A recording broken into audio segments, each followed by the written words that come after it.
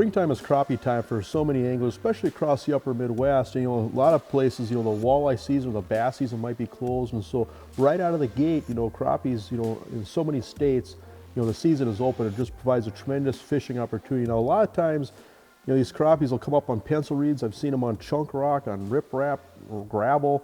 There's a lot of different types of habitats where these fish will build a bed or build a nest.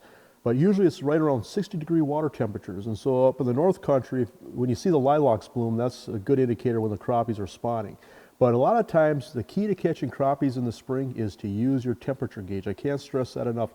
Look for large, protected, shallow bays. Usually they have a dark bottom where they warm up quicker. If you can find that warmer water early in the year, a lot of times that's where we're going to find crappies. And so it's all relative. There's no magic water temperature. It's just a trend. It's just a baseline. If you are going across the main bays of a lake, for example, and it's 47 degrees, and you get back up in a bay, and it's maybe 53 degrees, and you go up in another little shallow bay, and it's 56 degrees, that's a good starting point to start looking for crappies in the springtime. Now, a lot of times we're making casts, we're fishing below floats. A lot of times I like to use just a clip-on weighted float or bobber. That way I can make longer casts.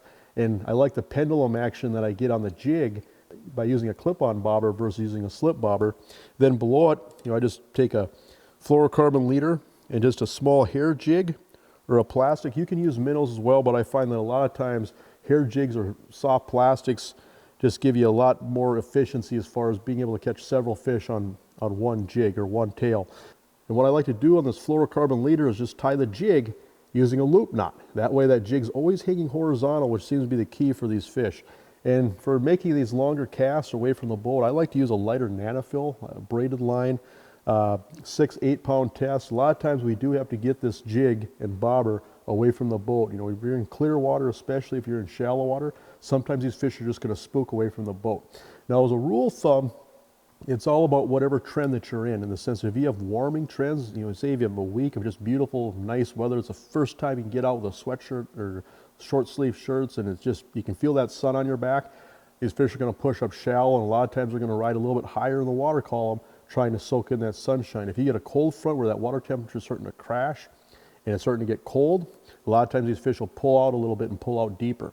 So that basic trend line kind of dictates where to expect to find these fish. And so cold, inclement weather, you might have to pull out of that bay and fish a little bit deeper. If that sunshine is out and it's warming up, get right up shallow and fish high in the water column. But for so many anglers, crappies are kind of what kicks off the season. Great opportunity for young anglers or kids. Great opportunity if you want to just catch some fish for the table. But there's so much to like about catching crappies in the springtime.